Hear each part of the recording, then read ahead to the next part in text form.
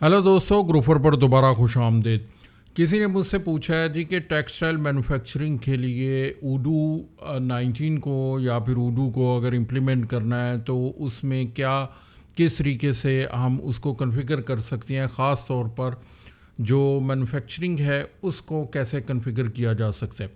देखिए, सबसे पहले जो टेक्सटाइल मैन्युफैक्चरिंग के अंदर चैलेंज रहता है वो सबसे बड़ा चैलेंज मैन्युफैक्चरिंग का ही रहता है। मैन्युफैक्चरिंग प्रोसेस उसमें लेंथी होता है और थोड़ा कॉम्प्लिकेटेड होता है, और मैन्युफैक्चरिंग के साथ साथ जो प्रोडक्ट कॉस्टिंग है वो भी थोड़ी कॉम्प्लिकेटेड रहती है। तो अगर आपने उसको अच्छे तरीके से कॉन्फ़िगर नहीं किया तो फिर आपके लिए प्रॉब्लमेटिक हो सकता है। आपको जो ईआरपी सिस्टम्स हैं वो कॉन्फ़िगरेशन के अंदर प्रॉब्लम दे सकते हैं। Other than as compare to other business industry है, जहाँ पर कोई इलेक्ट्रिकल असेंबलिंग है, मोबाइल मैन्युफैक्चरर है, इवन के व्हीकल मैन्युफैक्चरर है।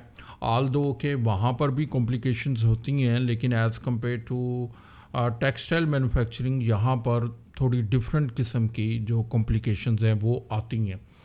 अब उसमें टेक्सटाइल मैन्युफैक्चरिंग में या फिर कोई भी मैन्युफैक्चरिंग है, ऊडू में या फिर कोई भी ईआरपी सिस्टम है, मैन्युफैक्चरिंग की बेस होती है बिल ऑफ मटेरियल पर, बॉम जिसको हम बोलते हैं बिल ऑफ मटेरियल, जिसमें डिफाइन किया जाता है कि अगर आपने एक प्रोडक्ट को प्रोड्यूस करना है तो उसमें कंपोनेंट्स कौन से यूज़ करने हैं।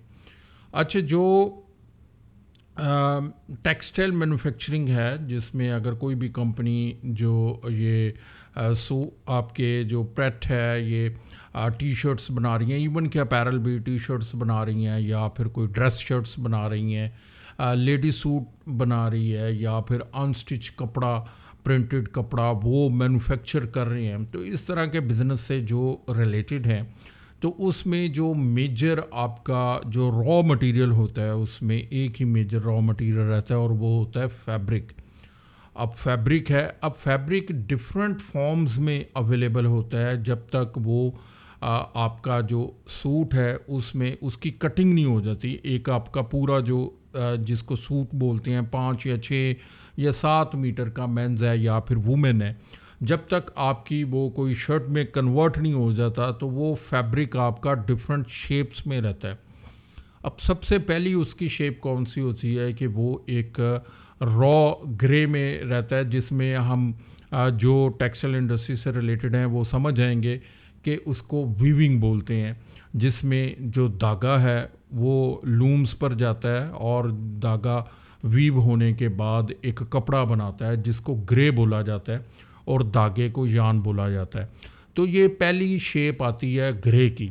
अब ये जो ग्रे है ये पहनने वाला नहीं होता, इसने जाना होता है प्रोसेसिंग में, प्रोसेसिंग के लिए जाता है। प्रोसेसिंग पर जाने के बाद इस पर डिफरेंट प्रोसेसेस परफॉर्म करते हैं, कैलेंडर में जाता है, इसको ब्लीच किया जाता है, इसको डाई किया जाता है, या फिर इसको प्रिंट किया जाता है। तो एक फाइनल शेप में कंपनीज के पास अब फैब्रिक एक और शेप में आता है। पहले एक रॉ शेप में था जिसको ग्रे बोल रहे हैं, और उसके बाद फिर उसकी शेप चेंज हो गई है, अब वो थोड़ा फाइन हो चुका है। ग्रे है वही, उसी तरह ही है, उसी तरह ही रोल्स में पड़ा हुआ है। जब वीव हुआ है तो वीव होने के बाद रोल्स में आया है या बेल्स की शक्ल में आया है।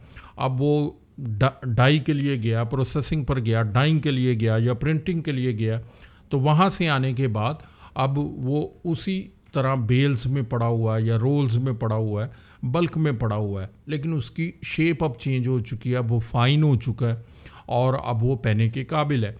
अब यहाँ पर समटाइम्स स्पेशली जब लेडीज शूटिंग की बात करते हैं तो उसके ऊपर बहुत ज़्यादा आजकल ये एम्ब्रॉयडरी का वर्क काफ़ी रहता है, फिर उसके ऊपर एम्ब्रॉयडरी का काम होना होता है, फिर दरमियान में समटाइम्स कुछ और भी प्रोसेसेस आ जाती हैं। अब ये 3-4 स्टेट में ग्रे जो है वो उसकी शेप चेंज हो रही है।